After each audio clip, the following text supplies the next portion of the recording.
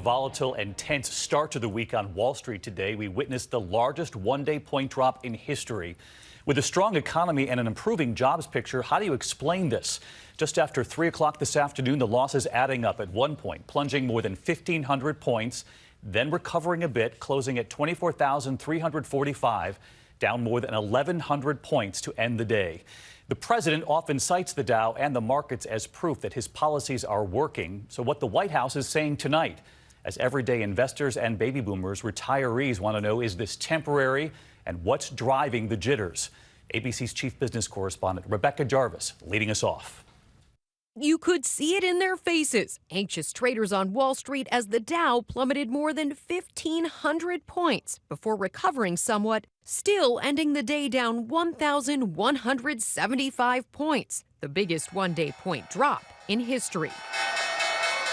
It came just as the president was praising the strength of the American economy and jobs in Ohio. Give something very big back, and that's tax cuts. While cable news showed the Dow's precipitous drop in the corner of the screen. President Trump has repeatedly touted the market's gains as proof his policies are working. Many economists say the tax cuts and deregulation have helped fuel the Dow. I told you the stock market is hitting one all-time record after another. The stock market is shattering one record after another. The stock market is way up again today, and we're setting a record literally all the time. The Dow is up 21% in just the last year. But with such dramatic climbs can come volatility. And while job gains and wage increases are positive news for workers, they're also a signal for the Federal Reserve to hike interest rates, leading investors to fear a correction. When the market pulls back, and particularly as sharply as we've seen in recent days, there's this natural tendency to think, oh no, what's wrong? There's nothing wrong. What you're seeing is just some profit taking because of the fact that interest rates are going up.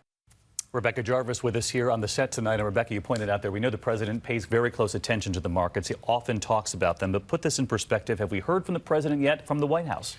We've yet to hear from President Trump today, David. He's yet to weigh in on the market today. White House Press Secretary Sarah Sanders weighed in and said that the economy in a statement is exceptionally strong, pointing to the low unemployment figures, rising wages, and the tax cuts. The economists you talked to today said the fundamentals are strong, in fact, and we've seen it on Wall Street. So how do we put this in perspective for a retiree, a baby boomer at home and looking at their 401k? When you think about your nest egg, David, if you had put $1,000 into the market 1 year ago, you would have made, as of today, $200 on top of that. That money would be safe as of today, even in spite of today's losses. All right.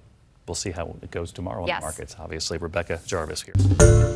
Hi, everyone. George Stephanopoulos here. Thanks for checking out the ABC News YouTube channel. If you'd like to get more videos, show highlights, and watch live event coverage, click on the right over here to subscribe to our channel. And don't forget to download the ABC News app for breaking news alerts. Thanks for watching.